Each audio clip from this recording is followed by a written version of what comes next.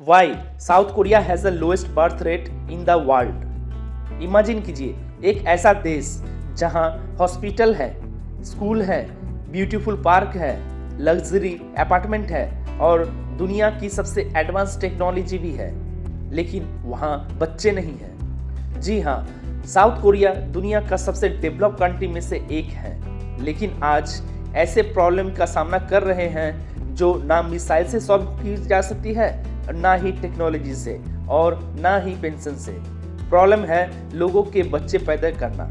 हर साल south Korea में जन्म लेने वाले बच्चों की संख्या बहुत कम होती जा रही है और एक्सपर्ट वार्निंग दे रहे हैं कि अगर यह ट्रेंड ऐसे ही कंटिन्यू रहेंगे तो एक दिन साउथ कोरिया के शहर तो होंगे, लेकिन उन्हें वहां रहने वाले बच्चे नहीं होंगे। स्कूल होंगे लेकिन क्लासरूम खाली होंगे, घर होंगे लेकिन उन्हें बच्चों की हंसी नहीं होगी और शायद एक पूरे देश धीरे धीरे खामोश हो जाएगी। लेकिन सवाल यह है, आखिर दुनिया की सबसे रिच और मॉडर्न कंट्रीज में से एक अपने ही फ्यूचर को जन्म क्यों नहीं देना चाहती? आज हम जानेंगे साउथ कोरिया के बर्थ रेट क्राइसिस की शॉकिंग सच। और यकीन मानिए, यह सिर्फ साउथ कोरिया की कहानी नहीं है, बल्कि शायद हम सब का फ्यूचर की कहानी भी हो सकती है। Chapter 1, the shocking number. सबसे पहले एक नंबर समझिए। किसी भी कंट्री की पॉपुलेशन स्टेबल रखने के लिए एवरेज बर्थ रेट 2.1 होना चाहिए। मतलब एक वुमेन को एवरेज 2.1 ट्रिलियन होना चाहिए, लेकिन साउथ कोरिया की बर्थ रेट सिर्फ 0.7 के आसपास पहुंच गया है। Think about that. एक जनरेशन अपने आप को रिप्लेस भी नहीं कर पा रही है। ये सिर्फ लो बर्थ रेट नहीं, ये डेमोग्राफिक इमरजेंसी है और इसी वजह से साउथ कोरिया ऑब्वियसली दुनिया का लोएस्ट बर्थ रेट वाले कंट्री बन चुका है। Chapter 2, why people don't want children. लेकिन आखिर लोग बच्चे क्यों नहीं लेना चाहते हैं? सबसे बड़ा रीजन है कॉस्ट ऑफ लिविंग। सोल जैसे सिटीज में एक अपार्टमेंट खरीदना कई लोगों के लिए लाइफ टाइम ड्रीम बन चुका है। प्रॉपर्टी प्राइस स्काई हाई पर है, एजुकेशन बहुत ही एक्सपेंसिव है, कंपटीशन एक्सट्रीम लेवल पर पहुंच चुकी है। पेरेंट्स को लगता है कि एक बच्चे को सक्सेसफुल बनाने के लिए लाखों डॉलर खर्चा करना पड़ेगा और ऐसे प्रेशर की वजह से कई कपल डिसाइड करते हैं नो चाइल्ड। कुछ लोग शादी ही नहीं करते हैं और जो शादी करते हैं वो डिसाइड नहीं कर पाते हैं कि बच्चे रखें या नहीं रखें। Chapter 3, the work culture problem.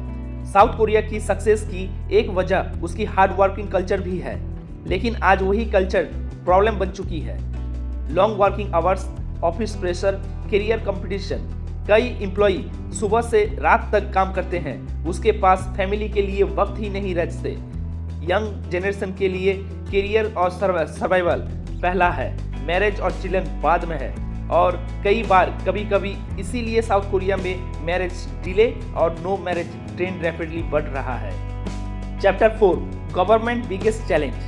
Government ने प्रॉब्लम सॉल्व करने के लिए बिलियंस ऑफ डॉलर खर्च कर दिया, कैश इनिशिएटिव दिया, चाइल्ड केयर सपोर्ट भी दिया, हाउसिंग स्कीम लॉन्च कर दी, लेकिन रिजल्ट टोटली उल्टा स्ट्रॉन्ग नहीं मिला, क्योंकि प्रॉब्लम्स पेंशन से ज़्यादा उनकी लाइफस्टाइल और सोसाइटी की बन चुकी है। यंग पीपल कहते हैं हम बच्चे अफोर्ड नहीं कर सकते और उन्हें टाइम भी नहीं दे सकते और उनका फ्यूचर सिक्योर करना उनके लिए पॉसिबल नहीं बन पा रहा है।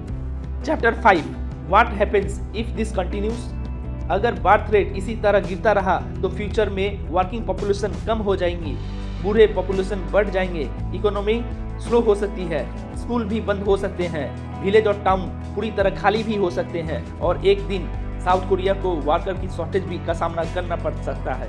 यह सिर्फ पॉपुलेशन की इशू नहीं है, ये फ्यूचर जनरेशन का इशू है। कभी कभी किसी देश की ताकत उसकी बिल्डिंग से नहीं, उसके बच्चे की हंसी से मापी जाती है। रोड कितने भी वाइड हो जाएं, स्काई स्लीपर कितने भी टॉल हो जाएं, टेक्नोलॉजी कितनी भी एडवांस हो जाए, लेकिन अगर घरों में बच्चों की आवाज़ ना हो ना तो तरक्की भी अधूरी लगती है।